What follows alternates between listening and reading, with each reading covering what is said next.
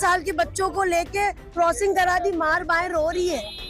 कितने लोग थे वहाँ? 30 मेरे जैसी 30 बहनें थी वहाँ पर जो ये केस भुगत रही थी मेरे जैसा। कौन सा कानून कहता है कि माँ और बच्चों को जुदा कर दे? करता कोई और है, भरता कोई और है।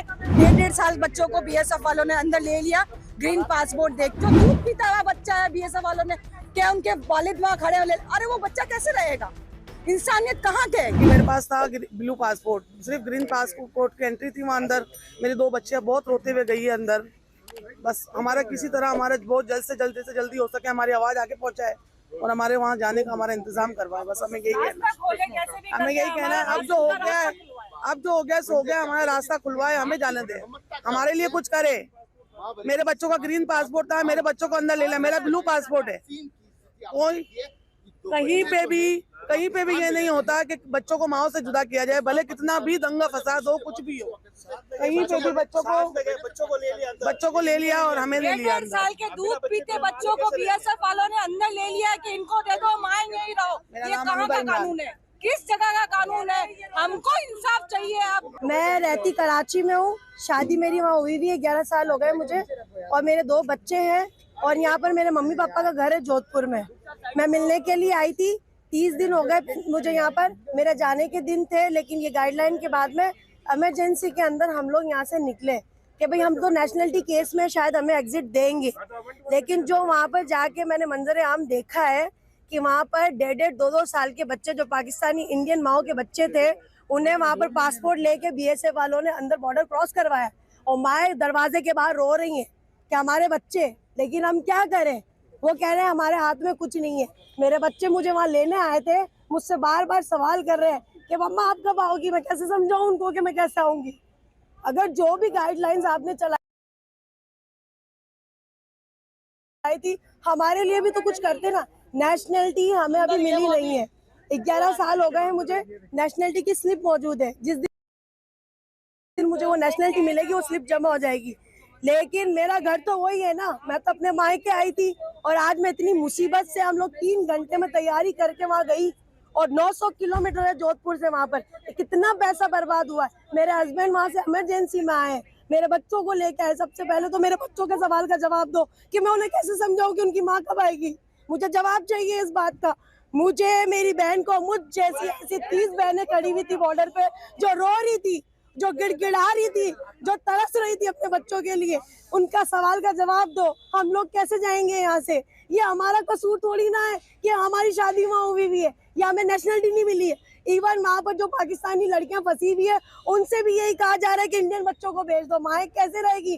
क्या आपके बच्चे नहीं है? आपके बच्चे नहीं है क्या? हमारा हम जायज खड़े नहीं है? हमारा राइट नहीं बनता बोलने का? इसके बावजूद भी अगर किसी को लगता है सही है नहीं सही है, वो खुदा पूछेगा उसको। और जो कुछ भी चल रहा है ना यहाँ पर, मैं विनती करती हूँ हमारे जाने का प्रबंध करें। 4 दिन से करें, हफ्ते भर से करें या 10 दिन से करें, हमारे लिए रास्ता खोले। हमारा घर वही है। ये मेरी बहन 20 साल से वहाँ रह रही है, इसकी 2 बच्चों को वहाँ छोड़कर आई है। कौन का कानून कहता है कि माँ और बच्चों को जुदा कर दे? करता कोई और है, भरता कोई और है। हिंदुस्तान से पाकिस्तान और पाकिस्तान से हिंदुस्तान एक किल नहीं आ सकती बिना सिक्योरिटी। इतना बड़े आदमी, 4 आतंकवादी उसके पिस्टल के साथ में अंदर आके शूट, आपकी सुरक्षा क्या कर रही थी? आपकी कमजोरी है, हमारी कमजोरी नहीं है। हमारे गवर्नमेंट हमको राइट्स देती है, आप उस राइट को छीन नहीं सकते। किसी भी हाल में इस रास्ते को खोला जाए और हमारी माँ बहन जितने भी वहाँ भी छोटे छोटे बच्चे हैं, उनको भी नहीं लिया जा रहा है, यहाँ से भी नहीं भेजा जा रहा है। उन मासूम बच्चों को क्या कसूर है जो दूध पीता हुआ है? हमको इंसाफ दो और हमको हमारी आवाज को हर जगह का फैलाया जाए और ये मेरी बहनों को ये फंसी हुई है, इनको घर भेजा जाए। हम और कुछ नहीं जानते हैं, आप इस चीज को कहाँ तक पहुँचाते हैं और हमारे को कहाँ तक इंसाफ मिलता है? हमारे बच्चे वहाँ पे रो रहे हैं, बिलक रहे हैं, वहाँ रखने के लिए कोई नहीं है। कहाँ रहेंगे बच्चे, छोटे बच्चे? अटारी बॉर्डर पर जब आप गए तो क्या कुछ हुआ वहाँ पर? अटारी बॉर्डर पर यह हुआ, उन्होंने हमारी बात नहीं सुनी, सिर्फ ब्लू पासपोर्ट देखा, उसके अलावा उन्होंने कुछ नहीं देखा। पाकिस्तान की ओर से रोका गया आपको? नहीं, हिंदुस्तान की ओर से रोका गया। पाकिस्तान कह रहे हैं कि हम एक्सेप्ट कर लेंगे, वो नहीं एक्सेप्ट करने दे रहे हैं। जैसे केस जो है पाकिस्तान में, ऐसी महिला है जो भारत की जो, हाँ, यहाँ नहीं रोका जा रहा है। ये वो कह रहे हैं हम लेंगे नहीं, ग्रीन पासपोर्ट नहीं लेंगे और ब्लू पासपोर्ट नहीं देंगे। मैं ये पूछ रहा हूँ कि जिन लड़कियों की शादी पाकिस्तान की लड़कियां हैं, जोधपुर में शादी हो चुकी है मान लो, उनको भी नहीं ले रहे हैं। जो नूरी वीजा पे गई हुई है उनको भी नहीं ले रहे हैं। सिर्फ यहाँ से ब्लू पासपोर्ट ले रहे हैं कि बच्चों को भेज दो, माँ नहीं आएगी। नूरी वीजा वालों को भी नहीं ले रहे हैं, किसी को भी नहीं लाया जा रहा है। नागरिकता क्यों नहीं मिल पाई? ना यहाँ के लोग नागरिकता देते हैं ना वहाँ के। इनको 20 साल हो गए, उसको 11 साल हो गए। मेरी भाभी आई हुई 11 साल हो गए, नागरिकता नहीं दी जा रही है। इसमें हमारा क्या कसूर है? पाकिस्तान में नागरिकता के नियमानुसार आपने नागरिकता क्यों नहीं ली वहाँ की? पाकिस्तान में स्लिप जमा की हुई है, उन्होंने भी नागरिकता नहीं दी। 11 साल हो गए, मेरी भाभी आई हुई पाकिस्तान से, हिंदुस्तान ने भी नागरिकता नहीं दी। एक बहन आई हुई, उसको 25 साल हो गए, 20-25 साल बाद वो अपने मायके गई है, उसको भी नहीं दी गई है नागरिकता। ना यहाँ से नागरिकता दी जाती है ना वहाँ से नागरिकता दी जाती है। 7 साल में रूल्स होते हैं, नागरिकता दे दी जाती है, चाहे वो हिंदुस्तान हो चाहे पाकिस्तान हो। दोनों तरफ से कोई नागरिकता नहीं दी गई। नहीं तो अभी अपने अपने पासपोर्ट पे होते, आराम से आते और आराम से जाते। ये हालात चलते रहेंगे, ये कब सही होंगे ये हमें नहीं पता। ये ऐसे ही चलता रहेगा क्या? इनमें माँ बच्चों का और जो शादी हुई उनका क्या कसूर है? हमारी रिश्तेदारी भी वहाँ की है, यहाँ भी रिश्तेदारी है, इसका क्या सोल्यूशन है हमें नहीं पता।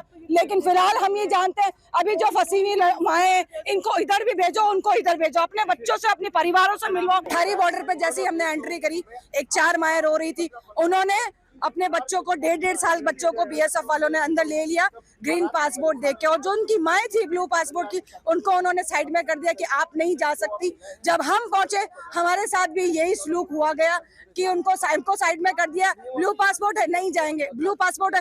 वो सुनने को तैयार ही नहीं है कि ब्लू पासपोर्ट के अंदर क्या क्या कहानी है, उन्होंने नहीं देखी। तब यह आप जैसे ही मीडिया भाई थे, वो लोग वहाँ खड़े थे, हमने हमारी गुहार, हमारी आवाज उन तक पहुंचाई कि आप जहां तक भी आवाज पहुंची जाए कि वहां तक पहुंचाइए कि यहाँ से मैं कुछ नहीं जानती, हालात कब नॉर्मल होंगे ये भी नहीं जानती, क्या होगा ये भी नहीं जानती, किसने किसको मारा ये भी नहीं जानती। वो भी बेकसूर थे और हम भी वो मर गए, हमको जीते जी मारा जा रहा है। हमारे बाबा को ले लिया गया और आपको नहीं लिया गया, ये क्या नाम? मेरी बहन के बच्चों को ले लिया, मेरी बहन बड़ी वाली बहन है, उसके बच्चों को ले लिया गया है, मायों को नहीं लिया गया। इसमें मेरी बहन के बच्चे और भी जो दूध पीता हुआ बच्चा है, बीएसएफ वालों ने क्या उनके वालिद वहाँ खड़े हो, अरे वो बच्चा कैसे रहेगा? इंसानियत कहाँ गई? तो पाकिस्तान एक्सेप्ट कर रहा था आपको? बिल्कुल कर रहा था, लेकिन ये भारत नहीं जाने दे रहा, वहां से भी नहीं आने दे रही है।